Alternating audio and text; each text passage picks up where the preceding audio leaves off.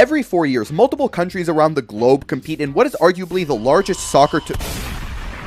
largest football tournament available, the FIFA World Cup. And for the first time in its history, it's being hosted in 3 different countries at once: Canada, the United States, and Mexico, or for short, Cup. I'm sure a lot of you have seen the response to this year's World Cup and how it's being met with a lot of different emotions, with many people pointing out how FIFA is apparently ridden with corruption. Not too far off from the truth. A big talking point about this year's World Cup is how unapologetic FIFA is being when it comes to their greed this time around. More specifically, with the ridiculous ticket pricing. Tickets this time around are so expensive and unobtainable, you could sell every single one of your organs on the black market, and even then you won't be able to afford a ticket. If this year you're expecting to see a team play, the very minimum you're gonna have to pay per ticket is $450. Whoa there, cowboy. That's quite a bit of money. But hey, with $450, at least you're going to be getting a pretty good seat, right? No, you're going to be sitting in nosebleeds, which is all the way at the back of the stadium, so you're barely even going to be able to see anything. The players are going to look like fucking ants running around on a little patch of grass. You'd probably have more fun twiddling your thumbs or doing your taxes. Keep in mind, that's the absolute cheapest ticket you're gonna find, if you're lucky, if they haven't already sold out by now. On average, the ticket price is $1,190. What the why? If I'm paying over $1,000 for a ticket to a FIFA World Cup game, I better be sitting on the bench with my hand around Ronaldo, giggling. And even after that, dropping a cold, hard band, your seats are probably still going to be garbage. One of the reasons that tickets for this World Cup are so expensive in comparison to the last one, or really any tournament that's been held in the past, is because for the first time in history, FIFA is using what's called dynamic pricing. Basically what this means is, instead of there being a set fixed price on tickets like there have been in the past, like a ticket at $50, $100, or $200, no. This time, FIFA decided to make it different, so that the price of tickets will fluctuate based on the demand of said game, meaning that no price is ever going to stay the same. They're not even, like, trying to hide their cartoonishly evil greed at this point anymore. They're doing about just as good of a job hiding that as, like, a guy's intentions when he says he's solo traveling to Thailand alone. Ticket prices at this point are so unbelievably inflated that it is cheaper for somebody to fly from America to England, spend 2 weeks in England, and then back home than to simply watch an England game in their own hometown. While we're on the topic of England, a guy from there is set to sell his house so he can actually attend this year's World Cup. Bro, when the f*** are sports ever that serious that you decide you have to sell your entire house in order to just attend a single game? Bro, you're gonna be witnessing the 2030 World Cup under a bridge inside of a cardboard box. Yo, I know I said it a bunch of times already, right? But I'm gonna say it again, so hear me out. I have a feeling deep down, rumbling within my gut, that despite selling his house to attend this game, he was still getting some boof-ass seat way in the back. I don't know, man. It kind of sucks because I originally wanted to go to a different World Cup game in Canada, the United States, and Mexico. I wanted to attend a game in each different country. I just thought that was a once-in-a-lifetime experience, but it's practically unobtainable because in order to do that, I'd have to take out like a $200,000 loan from some Italian mob in New Jersey. Listen, man, I've already seen The Sopranos. It's not worth it to do that all to see a bunch of grown men kick a ball around.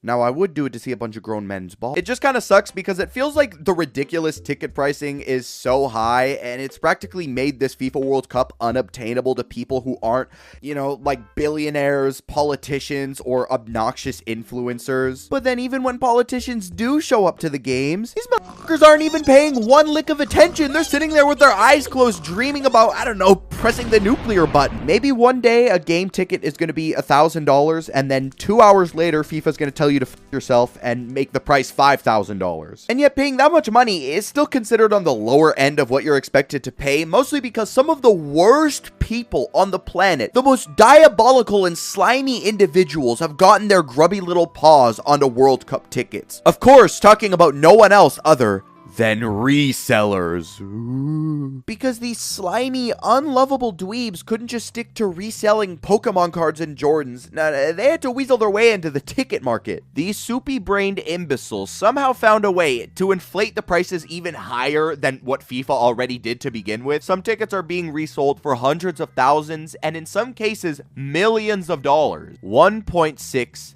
million. The very least you can do is tell me who Canada is playing against. But no, you got a placeholder to be decided. You're not even gonna tell me who? I get it, it's in the future. You can't tell me who's gonna advance and play against them. But at the same time, I'm paying $1.6 million. Yo, build me a time machine or something. The thing that pisses me off the most is FIFA as an organization, and mainly the CEO, Gianni Infantino, who's like this little bald gremlin.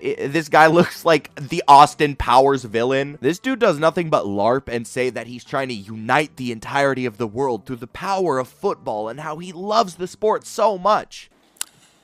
Today I feel gay.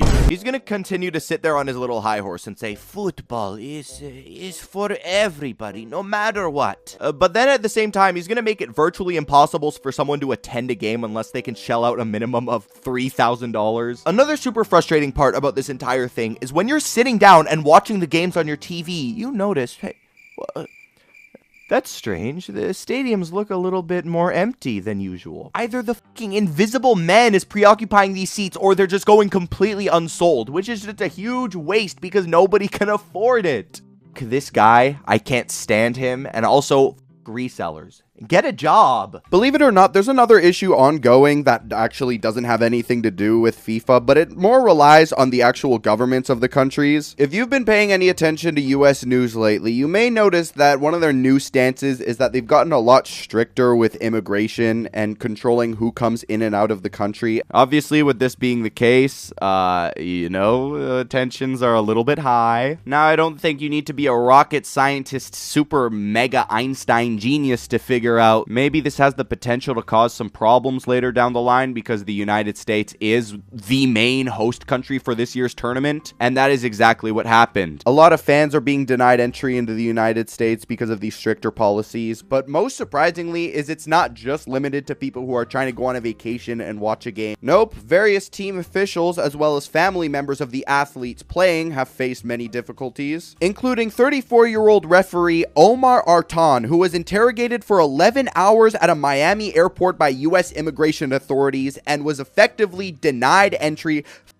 barred, sent to the Shadow Realm. Listen, dude, it's not like this was just some random Joe Schmo who decided to walk into a Foot Locker and steal one of their uniforms. No, this is not only a referee who is recognized as Africa's #1 and most respectable ref, but he was also officially appointed by FIFA to participate in this tournament. Also, he has a diplomatic passport officially appointed to him by the Somali government. This guy very clearly had, his shit put together and all the qualifications, yet he was still denied entry due to alleged association with suspected members of terror organizations. Also, this dude, Gianni Infantino, the president of FIFA, is like up nuzzling against the ball sack of the president of the United States. You're telling me this guy wasn't able to pull some strings to make this work out? I heard somebody make the point about the 2022 World Cup being hosted in Qatar and all the controversy. That's all true. At least these motherfuckers let people in. God damn. I was originally going to post this video like 2 weeks ago, but then as I was finalizing everything, I noticed some discourse online about the referees and the way they're running things this World Cup. Whether that be the bad calls, and trust me, there have been some horrendous calls, like how despite Paraguay entering the arena to play against France, they were treating it like a WWE match, pushing and shoving the players the entire time. They didn't get booked one time. In fact, France players got booked multiple times. What the f? And more specifically, and most notably, the repeated accusations from spectators and teams themselves saying that there is a noticeable bias towards Argentina. A big source of controversy has been their most recent game against Egypt, which as of recording happened like 3 days ago. Basically, in a nutshell, Egypt was beating Argentina. They scored 3 goals. However, the third one was disallowed because of a foul. Later, Argentina then catches up, tying the game, eventually scoring a third winning goal. However, theirs, despite committing what seemed to be a foul, was not disallowed. Listen, man, admittedly, it is pretty sketchy how they only checked Egypt's goal and not Argentina's, but at the same time, goddamn Egypt, how do you manage to choke a 2-0 lead with 15 minutes left? It's like all of their defenders just miraculously decided, nah, bro, game's over. Dude, take a look at the clock. It's still going. After the match, during some post-game interviews, players and team officials on the Egyptian side were saying how very clearly it was rigged and refs refs had already chosen a side. For the most part, this is based off of calls coming from referees, and again, to be fair, this is something that happens with literally every other sport, people saying that refs are intentionally making bad calls and have a side chosen. And while this very well could be fake, it could also be very real. Speculations of there being favoritism with FIFA, the referees in Argentina, is probably the least worrisome thing. iShowSpeed has been streaming pretty much every single game that he can, and he's attended a couple different Argentina ones, and each time Argentina has beat them, he's received racist insults and had racial slurs thrown at him coming from people in the stands. Thankfully, as of recording this, it is something that FIFA is doing an active investigation on. Even the most recent Egypt game, where fans cheering for said teams are getting things like drinks thrown at them. You have to be such a loser to ever have to resort to racism, especially when it's something as stupid as a sports game. This isn't something exclusive to the fans. Players themselves, part of the current Argentine squad, have been put in the spotlight for past racist behavior. For example, after winning the 2024 Copa America, Enzo Fernandez, one of the starters for the current squad, thought it would be a phenomenal idea, truly galaxy brain, to broadcast himself and many of his teammates singing a racist chant where they mock some of the French national team players. Following this, not only did the FFF, French Football Federation, file a formal complaint to FIFA, but several of his Chelsea teammates unfollowed him on social media and publicly called it out as uninhibited racism. As shitty as it is, this isn't new ground. A senator from Paraguay's liberal radical party, Celeste Amarillo, went on her own social media voluntarily and called Kylian Mbappe arrogant, ugly, as well as other disgusting comments. Mbappe himself made a direct response to her, calling her a despicable woman who is unworthy of her position, and said that her brazen racist comments has already made the entire world forget about the journey that Paraguay made in the World Cup. The way that she responds to him after he calls her out for being blatantly just a terrible person, she threatens him with a lawsuit for gender-based violence.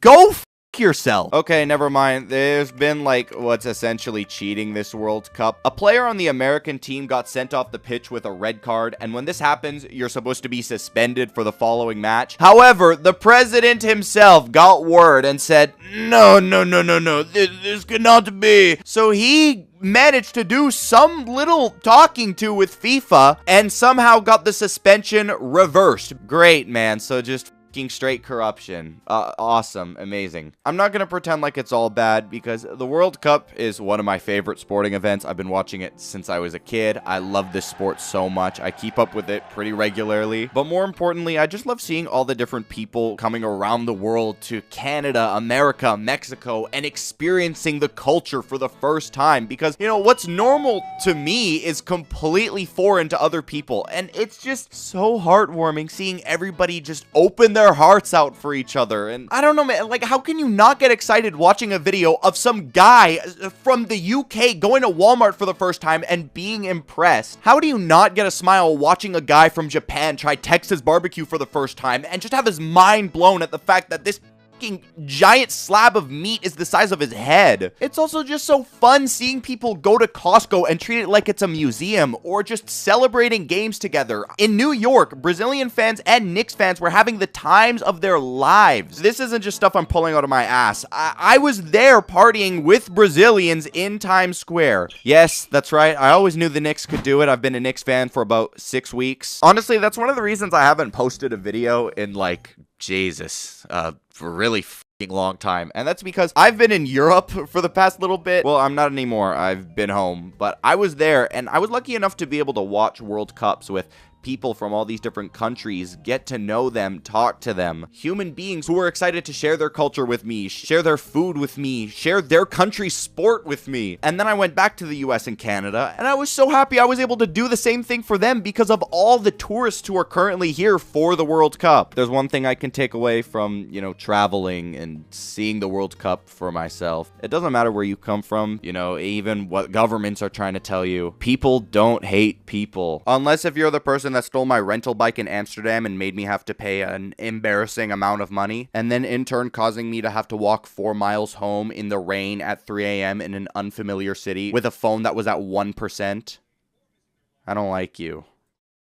F you. Anyways, thank you guys so much for watching. Make sure to follow my Spotify, my Instagram, and my TikTok, and I will see you guys next week. Bye. These bitches want Nike. Yeah. R.I.P. Trayvon. That individual looked just like me. Yeah. All they want is Nikes, but it ain't likely.